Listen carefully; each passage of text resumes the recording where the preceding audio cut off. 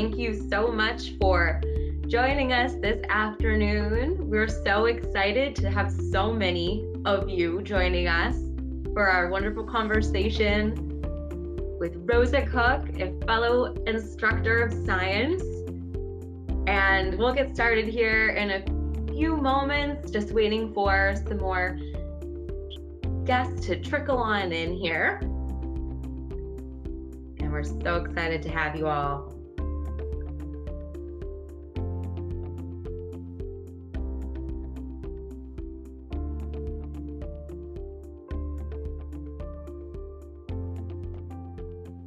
Wonderful.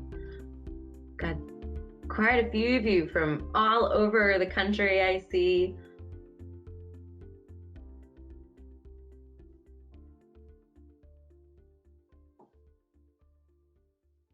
Thank you for taking busy time out of your days.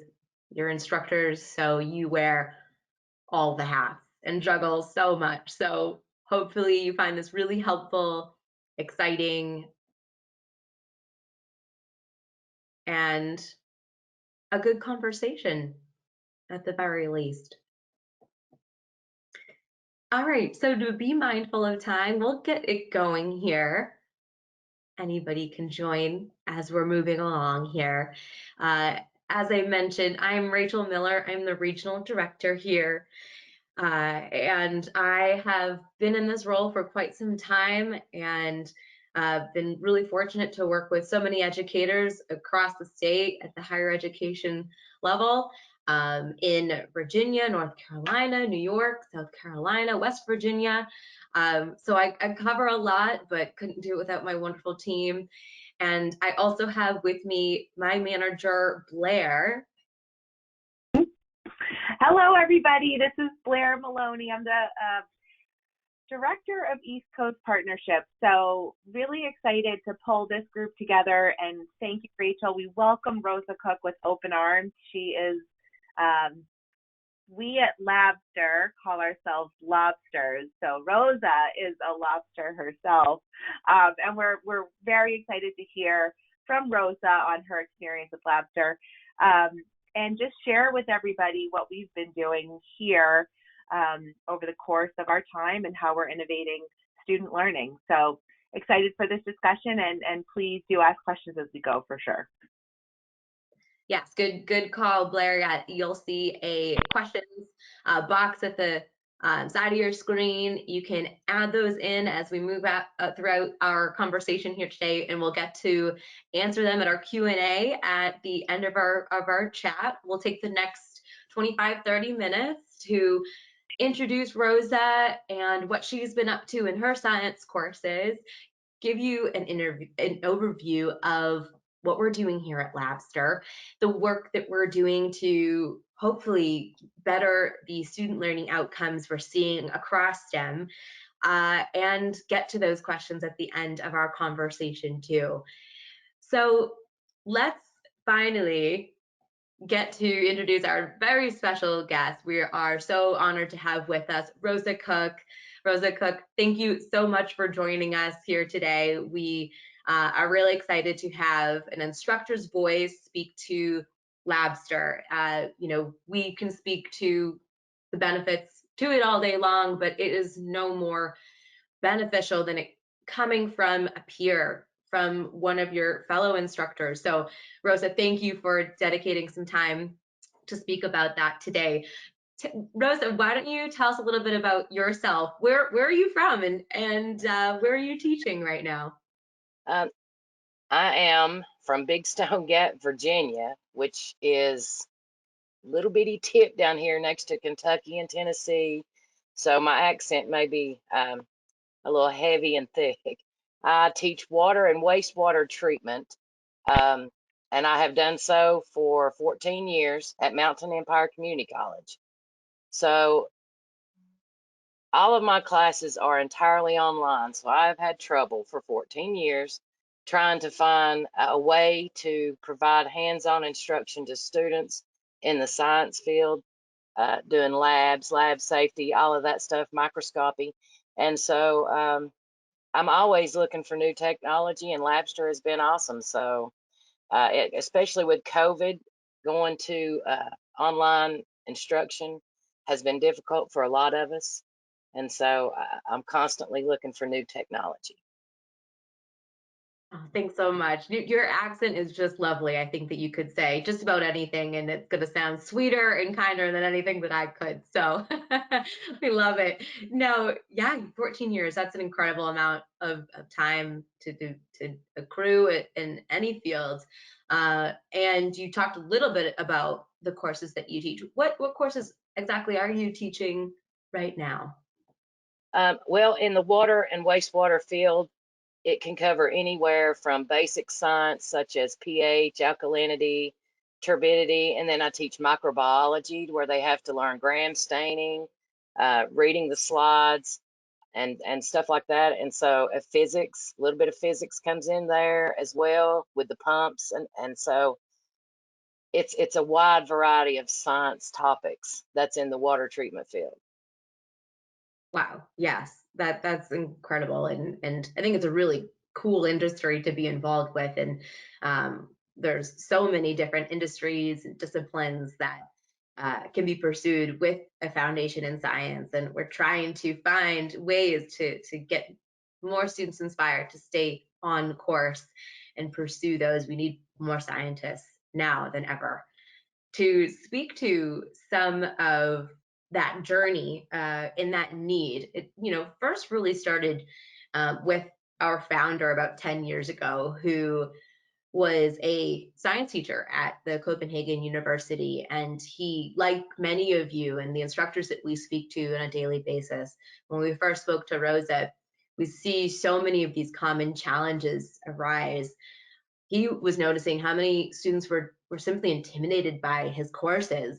They were disengaged, giving up, or falling behind, and he wanted to find creative ways to help solve that. And ultimately, he wrote the code for Labster, which is pretty cool.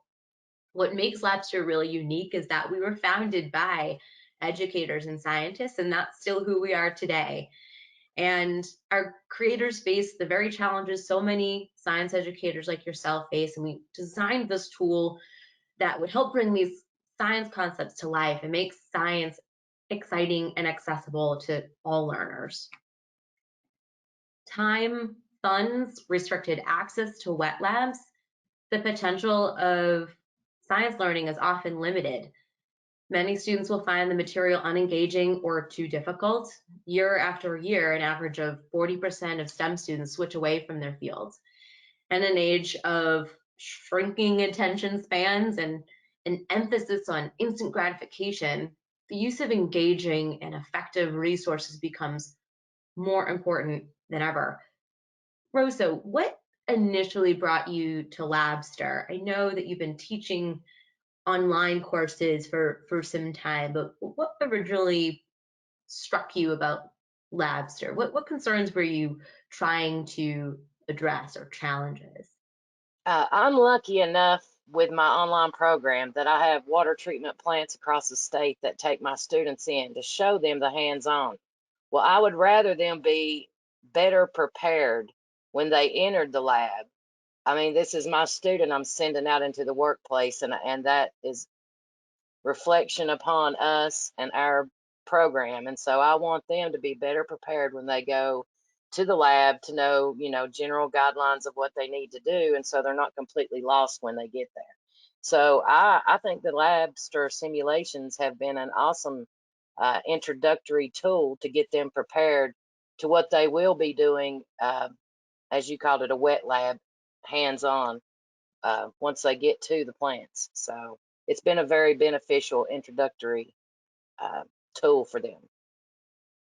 Yeah, that's really interesting. So, although it sounds like you were initially looking for an online tool because you teach remotely, that you're seeing that this could be a real tool to help support your students in a preparatory phase, to help students understand the applications of the concepts you're introducing, and make sure that they're prepared when they go out in the fields and they understand and they're excited about, you know, what the implications of these science concepts and techniques are.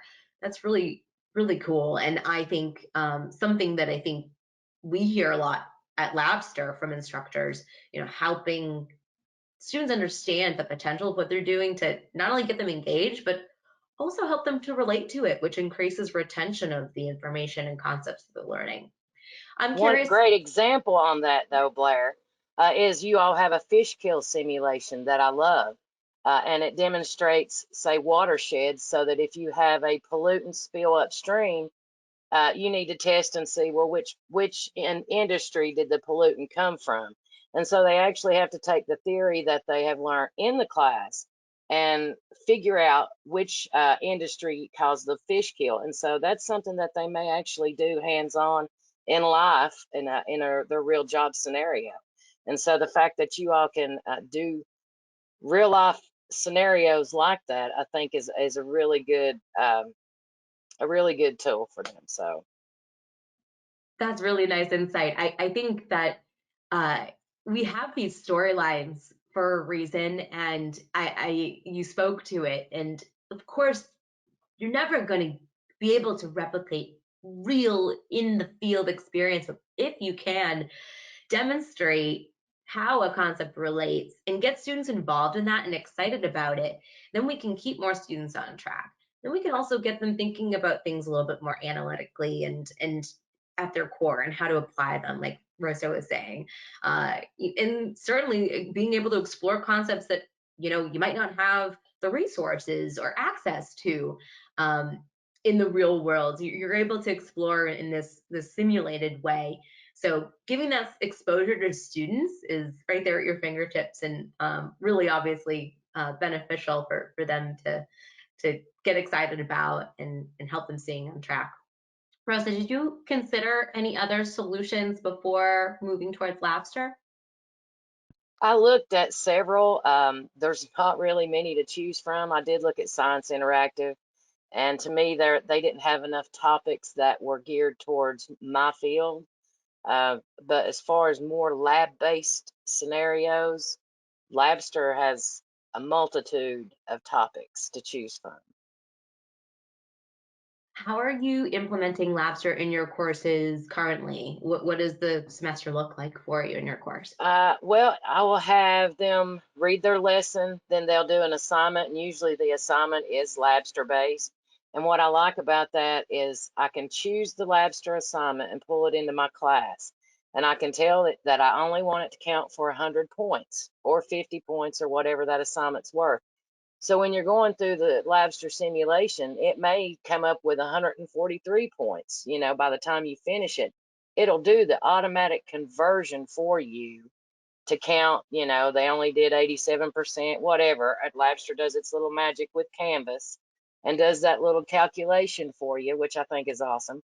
And so you're not just hoping that the student does the assignment.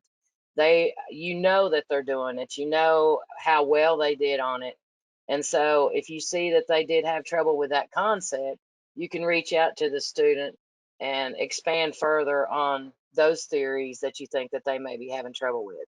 So far, I've been able to find a Labster assignment for every lesson in some of my classes. So, and this gives them a break from the static information and just, working math and all that good stuff that they need to do. This just allows them to take that and do some hands-on fun things, like a game. And it's another way that they can learn because we all learn in different ways. So.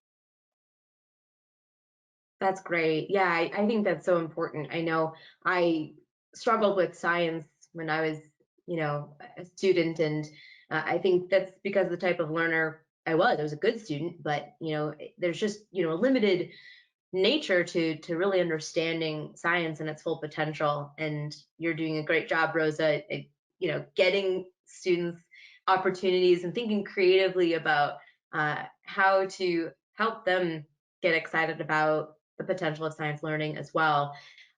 So why don't I now take you all through a video that compiles some of our simulations together. So for those of you I know who might not be familiar with Labster at all, haven't seen us before, I'd love to show you what that looks like in this world, and I'll walk through some of the features of the platform as I do. Some of them will sound familiar as we've been talking here too.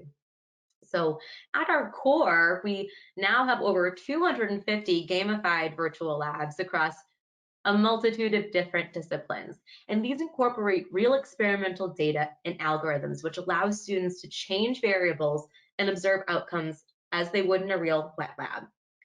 We offer mini and full-length simulations that offer both technique and concept-based focus labs. So they can easily serve as a powerful, effective pre-lab, assignments following a lecture, or as a remote replacement like Rosa's using. Regardless of the setting you're teaching in, instructors are able to engage students because each simulation is built around that storyline that links an abstract theory or technique to its real world application, allowing students to understand why this matters. Students will be required to go through every step that they would in a real wet lab, including lab safety and protocol. If I don't do these things properly, in comes opportunity for productive failure, to see the repercussions of my mistakes in a controlled environment. To hold students accountable and ensure the retention of information, quiz questions are embedded at checkpoints throughout the simulation to keep students on track, measure their progress, and deliver immediate feedback. Rosa just spoke to this as well. Ultimately, the platform integrates with your learning management system. So once the student completes the simulation or assignment, you'll not only have a grade in your gradebook, but you'll also have that impactful information you might not be getting right now. For Rosa, she's remote, so she's able to see how the students are performing, not just that they have completed an assignment, be able to tailor the lesson plan accordingly.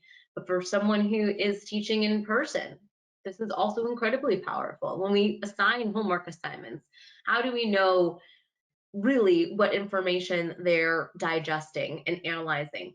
Are they really getting what they should be getting out of it in connecting these concepts? Are they prepared by the time lab comes? We want to make sure that that lab time is as effective and utilized as possible. So there's a lot of different usages for the platform that we see instructors taking advantage of. So that's a little bit of the overview of what the features are of the platform. And of course, I'm sure, one of the most effective ways instructors like to evaluate Labster is to actually take a closer look. So we'll get to that opportunity in just a moment. I just wanted to touch upon some of the research that's been pulled out of incorporating Labster in simulations into classroom. And this is something that we see across the board, regardless of the modality you're teaching in. The majority of instructors who depend on Labster use it as it was originally imagined to support in-person instruction as a pre-lab or the flipped classroom setting.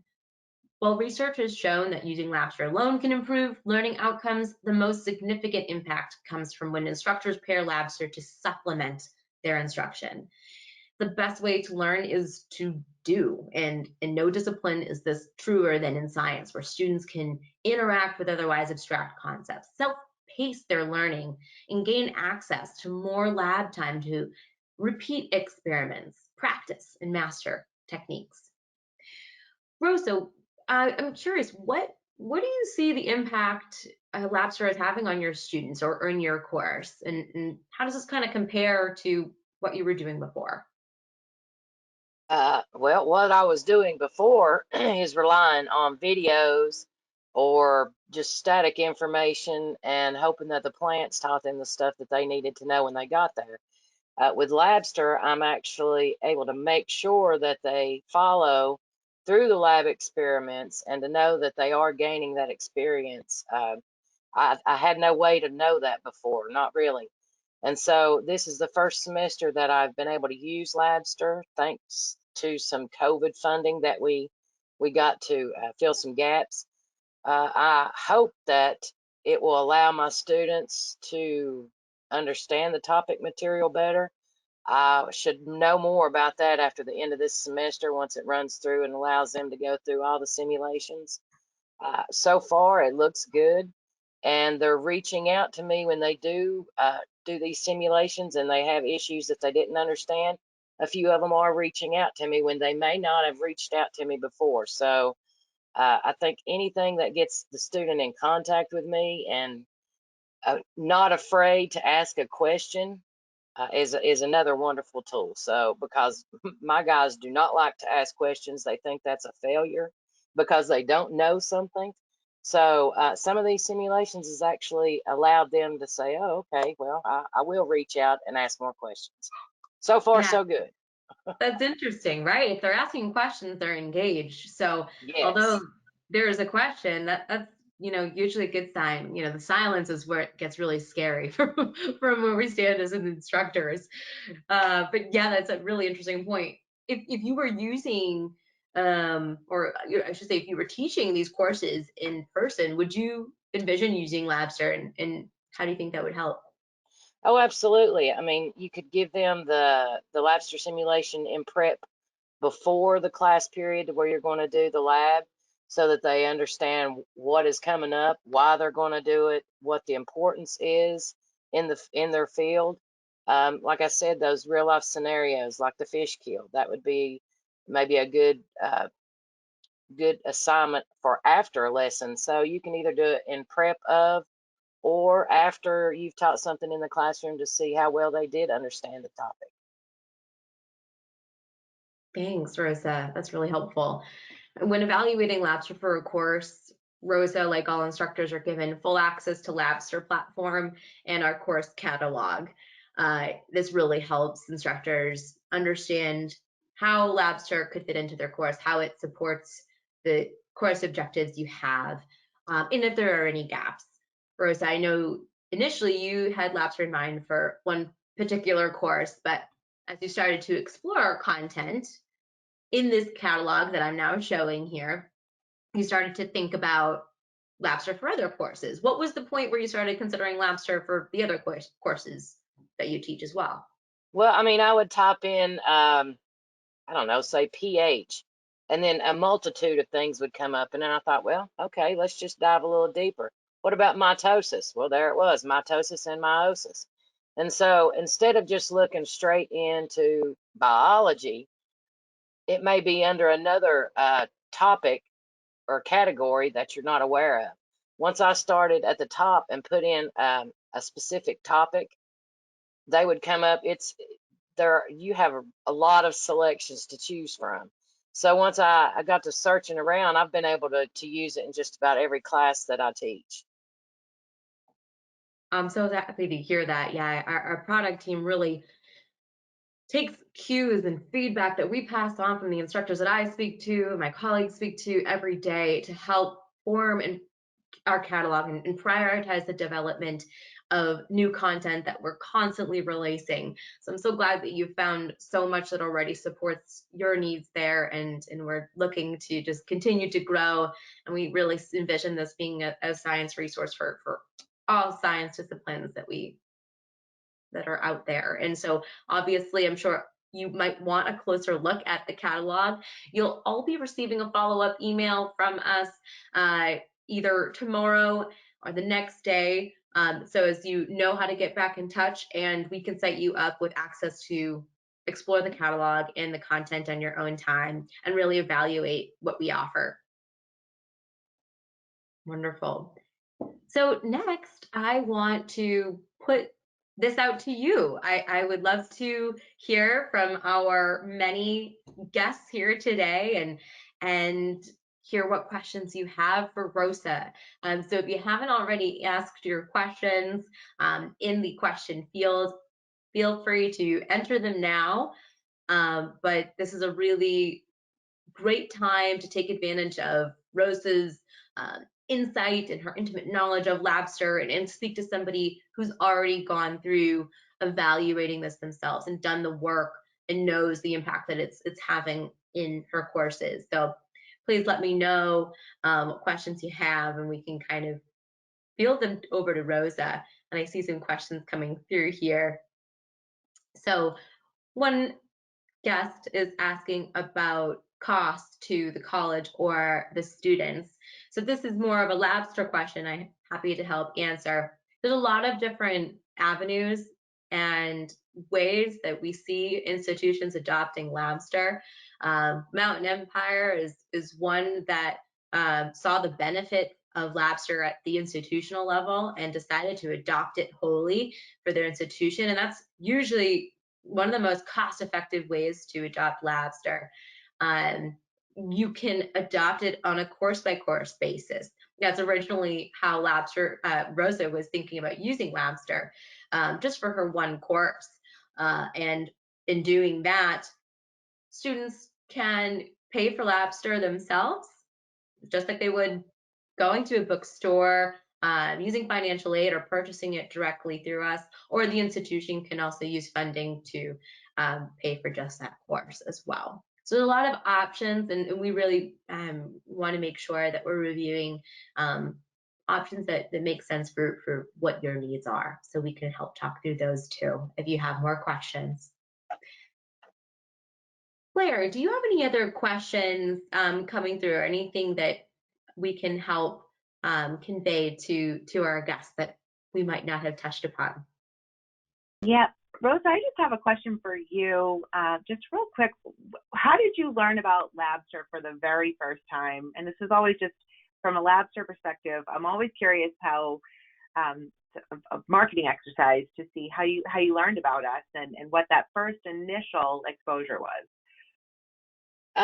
I went to Google, of course, and typed in virtual lab simulations. And so, because that's pretty much what I was looking for, and there's not a whole lot to choose from. The Science Interactive didn't have the topics that I needed.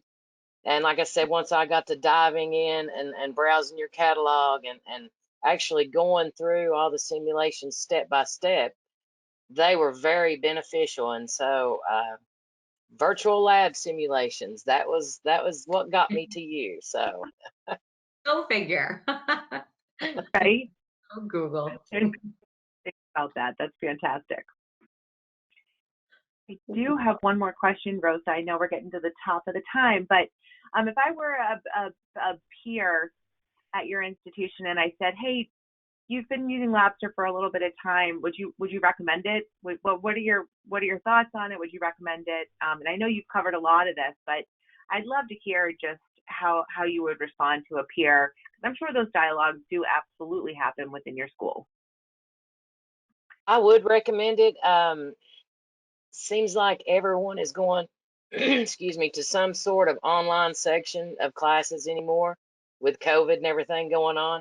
So to have some sort of, I don't even know the word I'm looking for. Um, it's nice to have hands-on experience that you can't get when you don't have them in person. And so, yes, I would recommend it, because why recreate the wheel when the technology is already there to teach the things that you need to teach? Just go ahead and grab access to it. It's already there. And so it's a wonderful assignment that you can use. Um, Kids they love games, so this is game oriented, it appears. So that's a plus too. Anything that stimulates their brain in another way, I think is a wonderful tool that any teacher can utilize, because all we're really here for is to facilitate the knowledge that they're gaining. And so if a hands-on game simulation is one way to do that, then I think it's wonderful to take advantage of that. Absolutely. Oh, that's fantastic. Thank you so much, Rosa. I think, Rachel, I see one more question that trickled in. I don't know if you see that one, but I can definitely address it. This is from the audience. Just which type of student do you see benefiting from the teaching tool the most? If you look at your students, is there a type of student that benefits the most from this?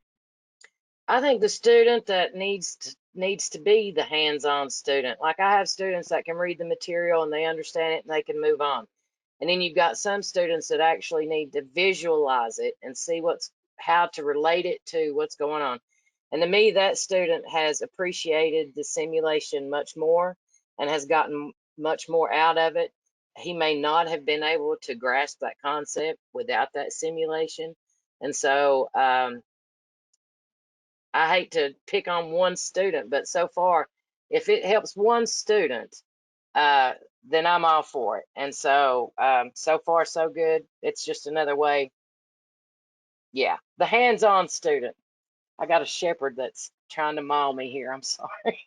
Dogs are welcome to all of our Okay. webinars in perpetuity. So my goodness, so cute. Thanks for joining us. What's his name, Rosa? Oh, Addie. Quit, Addie. Addie. That was sweet. But it's true, and I think you know, those hands-on students, I think, you know, in any type of setting, it's so beneficial to be able to bring concepts from a text to life, even if, you know, the students who accelerate without the hands-on piece, to be able to give them the exposure and practice that they otherwise wouldn't have, to get excited about it, but also to relate to it, gives them an opportunity to retain this information and see where it can take them. And I'm so glad that you see that it could be a really beneficial tool for those types of students in your world, Rosa. Anything else, Blair or Rosa? I just had a quick little PSA. I know we're at the top of the hour, but please let me know if there was anything else I missed. I think Wonderful. we're good. I want to take a moment to thank you, Rosa, so much. Your insight is so tremendously helpful, and you've been just amazing to work with from the onset. So thank you. Thank you for being our partner. Thank you for helping us, allowing us to help your students, and we just are looking forward to the continued partnership. Thank you. Wonderful. Yes, Rosa, we're so just thrilled to have you as a part of the Labster family here. Like Blair said it best, so uh, important to be able to support as many students as we can, and you're helping us do that.